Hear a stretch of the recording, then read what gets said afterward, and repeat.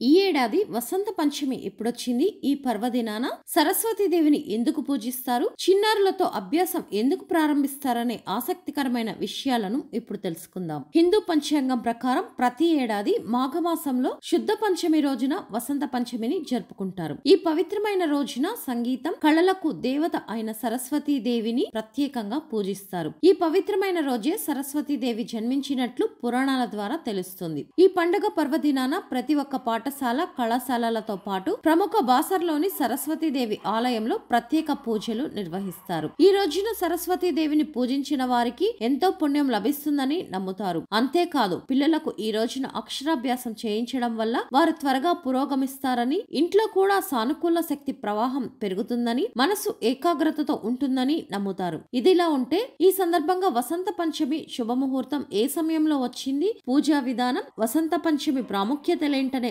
ఆసక్తికరమైన విషయాలను ఇప్పుడు తెలుసుకుందాం. వసంత పంచమి రోజున సూర్యోదయం కంటే ముందే నిద్ర లేవాలి. తలస్నానం చేసి పసుపు రంగులో లేదా తెలుపు రంగులో ఉండే ఉతికిన బట్టలను ధరించాలి. శుభ్రమైన నీటితో పూజా స్థలాన్ని లేదా పూజా మందిరాన్ని శుభ్రం చేయాలి. అనంతరం అమ్మవారి ఫోటో లేదా విగ్రహాన్ని ప్రతిష్ఠించి పసుపు రంగులో ఉండే బట్టలను సమర్పించాలి. ఆ తర్వాత అమ్మవారిని పసుపు రంగులో ఉండే పువ్వులు, అక్షింతలు, చందనం, ధూపం, దీపం సమర్పించాలి. సరస్వతీదేవికి పసుపు రంగులో ఉండే మిఠాయిలను నైవేద్యంగా పెట్టాలి. సరస్వతి పూజా సమయంలో సరస్వతి వందనం, సరస్వతి మంత్రాలను పఠించాలి. వసంత పంచమి రోజున అమ్మవారిని పూజించడం వల్ల మీ వైవాహిక జీవితంలో కూడా ఆనందంగా ఉంటుంది. వసంత పంచమి తిథి ఫిబ్రవరి 2వ తేదీ ఆదివారం ఉదయం 9:14 ప్రారంభమవుతుంది. మరుసటి రోజు అంటే ఫిబ్రవరి 3వ తేదీ సోమవారం నాడు ఉదయం 6:52 వరకు ముగుస్తుంది. పంచాంగం ప్రకారం ఉదయం తిథి ప్రకారమే పరిగణలోకి తీసుకుంటారు కాబట్టి ఈసారి వసంత పంచమి ఫిబ్రవరి 2వ తేదీన